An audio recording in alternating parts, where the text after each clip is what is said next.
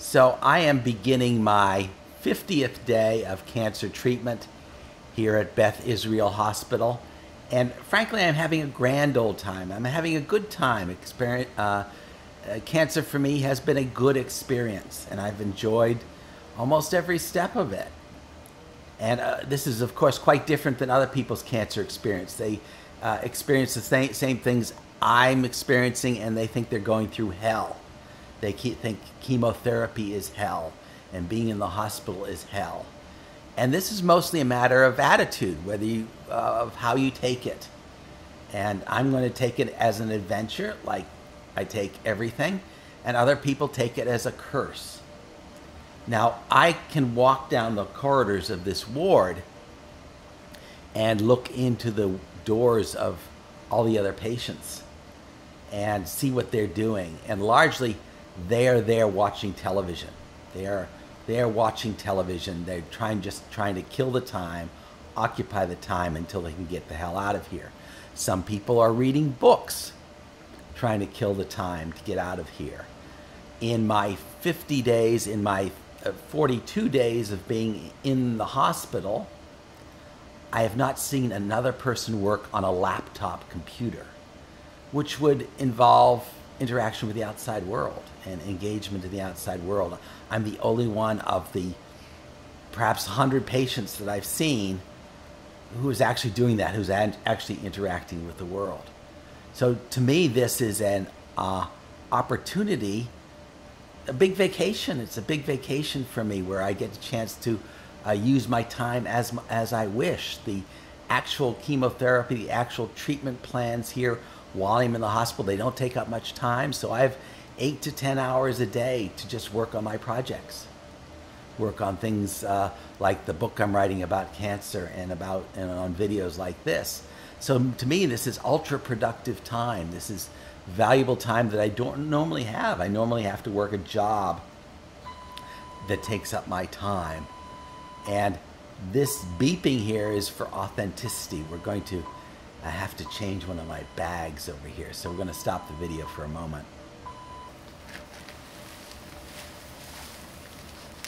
Disconnecting the chemotherapy.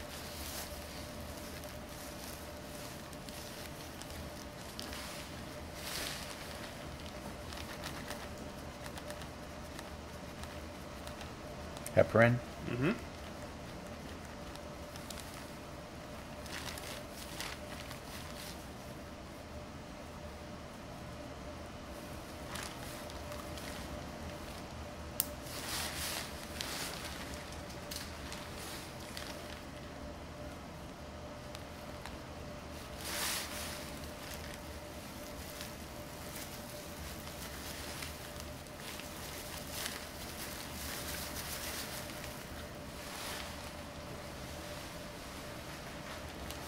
So I've just completed one of my many chemotherapy sessions.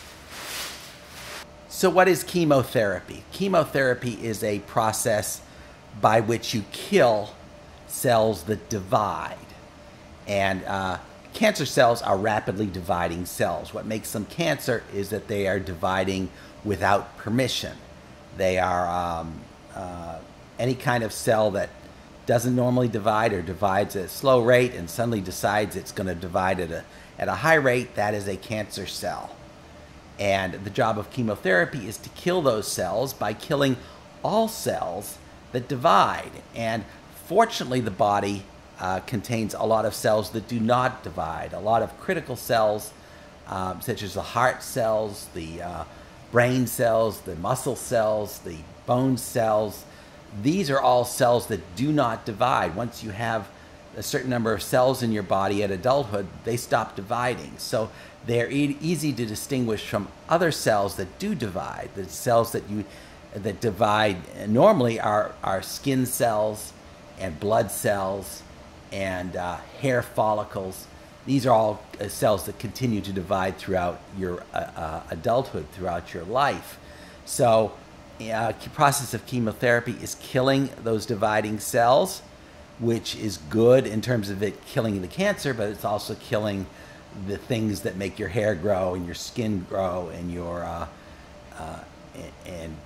blood attack viruses and things like that. So you have to make compensation during chemotherapy for the fact that you are losing red blood cells. What this means in effect is that during chemotherapy, I am very weak. I only have a fraction of the energy that I have because I have only a fraction of the red blood cells that are flowing through my veins. And the red blood cells, of course, carry oxygen.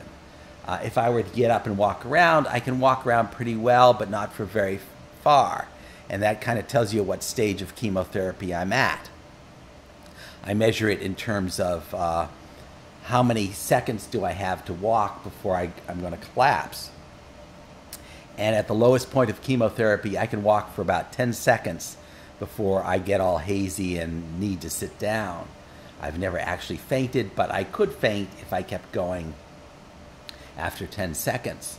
Once I get, for example, an infusion of blood from someone else, suddenly I can walk for 3 to 5 minutes without any ill effects, which is what happened last time. So for about 5 days, I was down to a 10-second walking limit. And after receiving a blood infusion, I was up to about 5 minutes of being able to walk. So this is something you have to take into account. But when I'm sitting here, just lying here, just not using up any energy except in my brain, I'm just as functional in those low energy periods as I am in the high energy periods. So to me, it doesn't make much difference. The chemotherapy doesn't make much difference. I can't walk around, but I can still use my brain just as effectively as before. Chemotherapy also makes you sleep a lot. So I'm losing a lot of time to sleep. When I'm sleeping sometimes 16 hours a day, that is not productive time, but at least those 8 hours that I'm awake, those are productive. So that's the only real cost of chemotherapy. There is a little bit of nausea. I've vomited a couple of times. There's a little bit of a few headaches, a few stomach aches.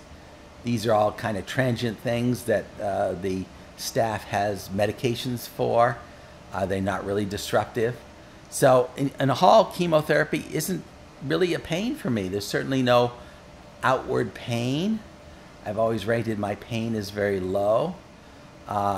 There's the inconvenience of being stuck in the hospital, but for me there's no inconvenience because I have nothing special to do outside in the real world. Now that I can't work, I'm happy to work on my computer for 8 to 10 hours a day, and this gives me the opportunity to do it. So it's all a matter. Anyone else could face the same circumstances and think they're going through hell.